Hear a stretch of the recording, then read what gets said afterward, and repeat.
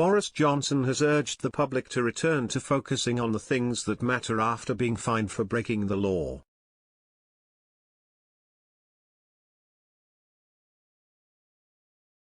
Partygate has come back to bite Boris Johnson following the revelation he did break his own rules to attend at least one party held in Downing Street during lockdown.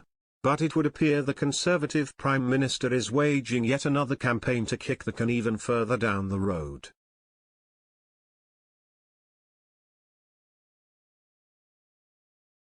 Mr. Johnson has said MPs should wait until they have the full facts on Downing Street parties before an investigation is launched into whether he deliberately misled the House of Commons regarding his knowledge of the events.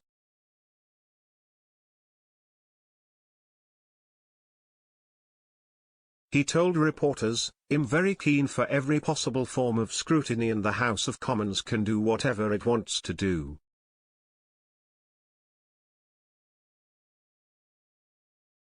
But all I would say is I don't think that should happen until the investigation is completed.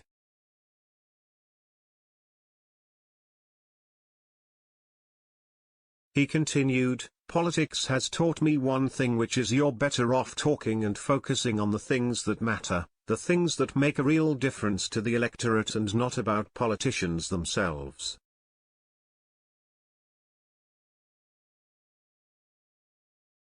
MPs have now agreed that Mr. Johnson should be investigated for misleading Parliament when he said he was unaware of parties taking place in Number 10.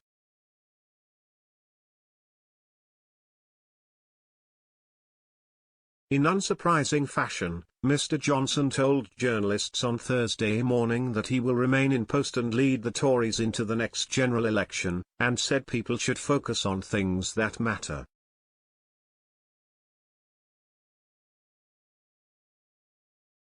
The public is split over whether the PM should resign, with a poll of 2,464 people showing 57% think he should stand down.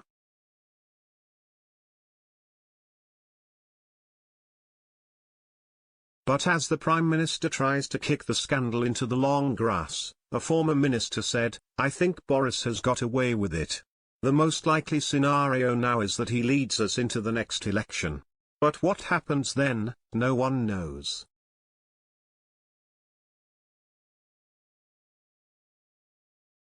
And it seems the reason behind this is Mr. Johnson's lackluster cabinet.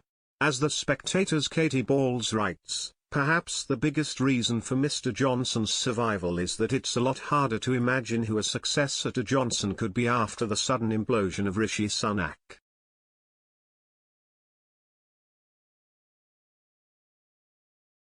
The PM is clearly profiting from recent scandals surrounding the once impenetrable Rishi Sunak, whose wife benefited from non-domicile tax status on her estimated £11.6 million a year income, forced the family to make a tax U-turn.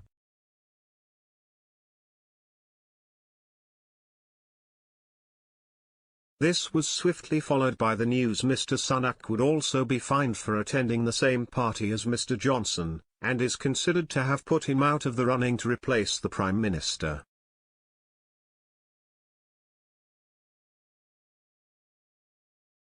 Ms. Balls writes, "For 2 years, the Chancellor was hugely popular and Labour found him a difficult opponent to attack.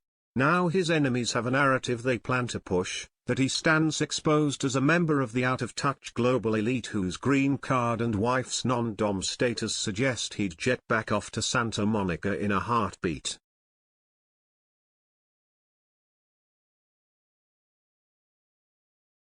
And the rest of the cohort aren't much more inspiring. Liz Truss is popular with the Tory grassroots for her Brexit negotiations but is still relatively unknown outside of political watchers, while some in the party are said to have an anyone but Truss stance.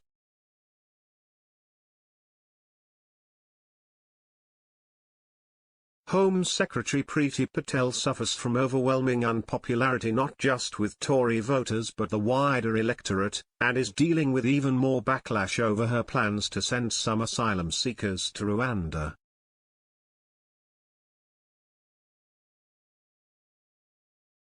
Even senior Tories don't seem to have a clue regarding who could be a potential replacement for Mr. Johnson.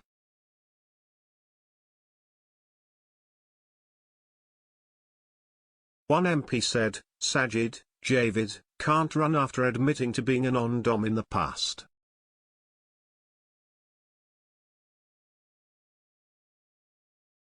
Bloomberg's Kitty Donaldson said, both the Tories and Labour are now working on the assumption that Boris Johnson will lead the Conservatives into the next election despite Partygate.